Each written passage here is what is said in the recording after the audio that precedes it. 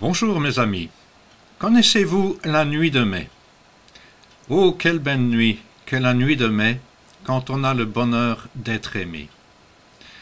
Alors que le 1er mai est connu du plus grand nombre pour ses muguets et ses discours politiques, la nuit de mai est une des traditions les plus enracinées aux alentours de Wem et Malmedy, la région d'origine de ma famille.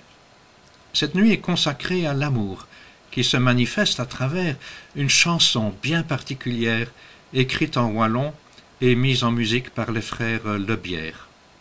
Elle parle, cette chanson, de ciel bleu, de chants, d'oiseaux, et d'hommes qui partent à la recherche de la plus belle branche à offrir à leur dulcinée, espérant être récompensés. À l'origine, cette chanson était réservée aux jeunes gens qui devaient se marier dans l'année. Le fiancé, accompagné des garçons du village, venait chanter sous la fenêtre de la chambre de son aimé et planter l'arbre de mai qui devait rappeler son amour indéfectible à la belle. Aujourd'hui, cette tradition perdure toujours. Les jeunes font le tour des futurs mariés et la chanson est interprétée également par les groupes musicaux de la région chez les responsables locaux, ainsi que dans les maisons de repos d'ailleurs. C'est ainsi que chaque année, j'accueillais une ou deux chorales ou fanfares qui m'offraient la sérénade et qu'ensuite, évidemment, je devais abreuver copieusement de petits paquets et de chopes bien fraîches. Et donc, chaque année, la nuit du 30 avril au 1er mai, bon nombre de groupes de copains s'en vont chanter chez leurs amis. C'est toujours très émouvant d'entendre dans la nuit ces notes qui s'élèvent dans le silence.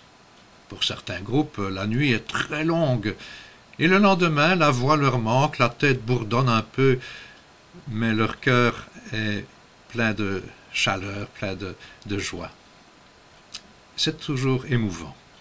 Et si en plus, comme ce dimanche, on a la chance de méditer le passage de l'Évangile où Jésus propose à ses disciples de demeurer en lui, comme lui en nous, eh bien on est tout à fait dans le même sujet. C'est une démarche amoureuse. D'ailleurs, savez-vous quel est le mot wallon pour dire habiter? Eh bien c'est demeurer. Wist demeuref ou wist demeurti? Où habites-tu?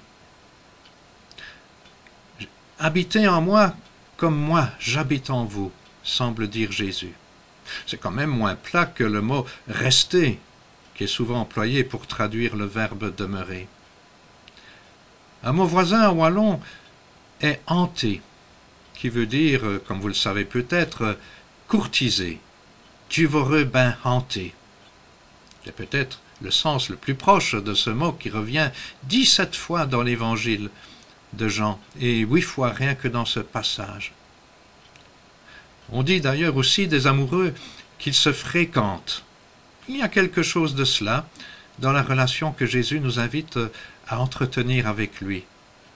Se fréquenter, un lien vivant, fait de désir d'être ensemble, d'échanger et de s'émerveiller l'un de l'autre.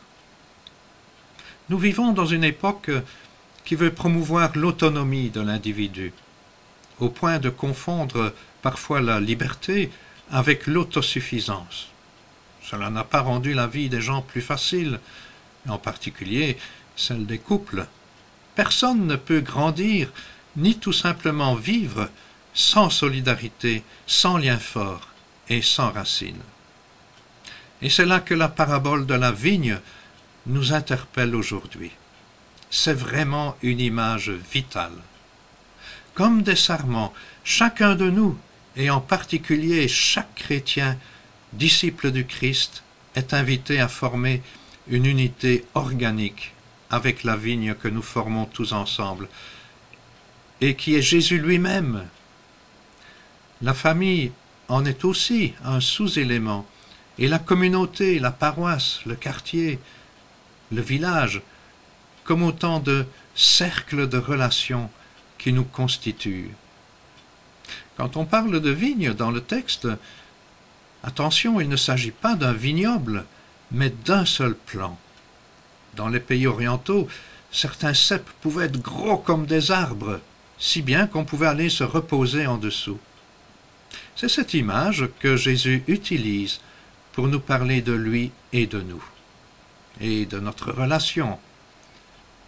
Si les sarments sont solidement attachés au tronc, eh bien ils produisent le fruit, qui est signe de vie et de santé pour cette vigne.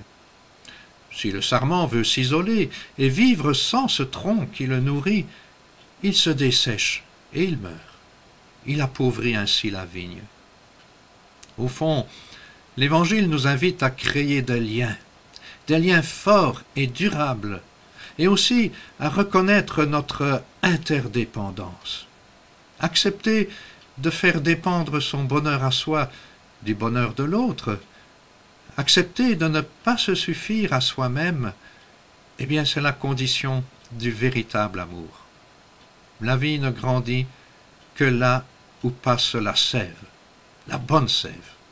Cette sève, ce suc de vie, est bien sûr l'amour, mais aussi ce souffle de l'Esprit divin qui se répand dans tout le corps de l'humanité, une sève nourrissante qui transforme les femmes et les hommes en les rendant toujours plus humains, plus fraternels, et donc plus semblables à Dieu.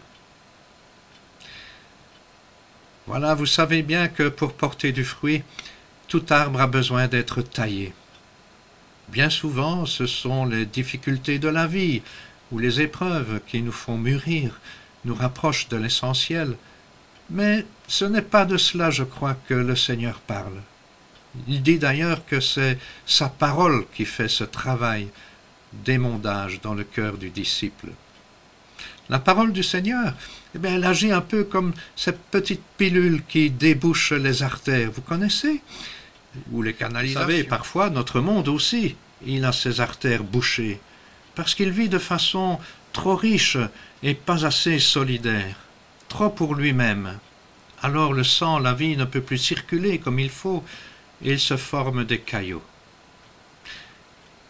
Il faut offrir une cure de rajeunissement au monde et à l'Église.